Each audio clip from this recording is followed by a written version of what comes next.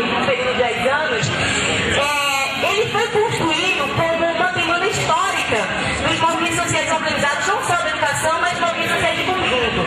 Para se ter uma ideia, o PNE anterior ele tinha 295 metas a serem alcançadas pelo governo, né? Então, assim, o PNE anterior ele é fruto de uma ampla discussão na sociedade sobre um diagnóstico, na verdade, como está a educação pública no nosso país e uma necessidade de se apontar metas para se vencer as principais debilidades, as principais dificuldades da educação pública brasileira.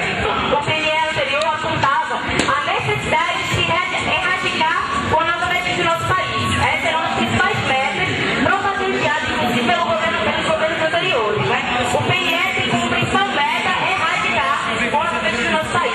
Outra meta que o PNE apontava, o PNE anterior, era a necessidade de corrigir o problema da evasão escolar.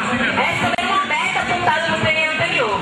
Enfim, tinha uma série de outras metas, com um palavreado muito bonito, que levantava, inclusive, uma série de bandeiras históricas dos movimentos de educação, enfim, e de algumas metas educativas a serem atingidas no prazo de 10 anos. Eu queria que vocês entendessem que os últimos governos, tanto do FHC como de Lula e agora o de Dilma, têm trabalhado a educação apontando metas a serem alcançadas. Numa lógica, como eu falei a vocês, uma lógica que enquadra a educação a uma lógica de empresa privada. Por que eu falo isso? Vejam só, uma meta que estava sendo apontada no PNE anterior era que se aumentasse o investimento para a educação. Se pensam que em 10 anos poderia aumentar o investimento da educação paulatinamente até se chegar ao final do período do primeiro PNE, 2010, com 7% do PIB para a educação. O problema que estava escrito no PNE anterior é que, assim, a cada ano que passa, de 2000 a 2010, se aumenta a cada ano a quantidade de verbas do PIB destinado à educação para que essas metas sejam alcançadas. O problema apresentado no PNE anterior é que, assim, ó, nos 4 primeiros anos, 2000, 2001, 2002, 2003, nos 4 primeiros anos, se aumentaria a destinação a cada ano 0,5% do PIB destinado à educação. Nos 6 últimos anos, se destinaria a cada ano 0,6% do PIB para a educação, até se chegar ao final desses 10 anos com 7%. Isso estava escrito no PNE anterior, certo?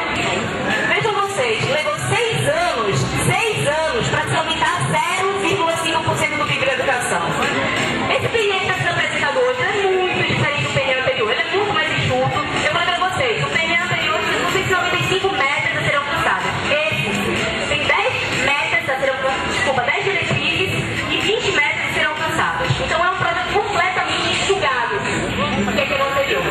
Se a gente está falando que o PNE anterior foi uma articulação de movimentos sociais organizados com pautas históricas do movimento a serem apresentados com um diagnóstico preciso do quadro que estava gestando a educação no nosso país, ninguém dos movimentos sociais organizados foi convidado a construir o atual PNE. Ele foi articulado junto com os empresários da educação. Então, se esse PNE ele é articulado junto com esse pessoal, esse PNE não vai atender a ninguém senão esse pessoal.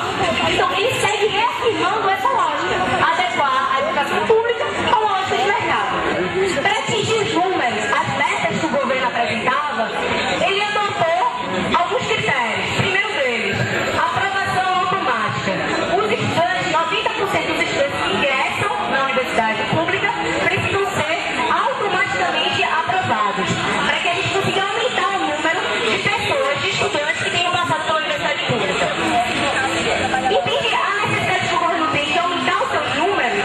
Então, a gente amplia a quantidade de vagas ofertadas na universidade pública sem que haja investimento, portanto, aumentando a relação aluno-professor, aí elas ficam inchadas, um contingente muito maior de estudantes por professor, porque se não há verba, não há contratação de professores adequadamente, então se incha as salas de aula e se aprova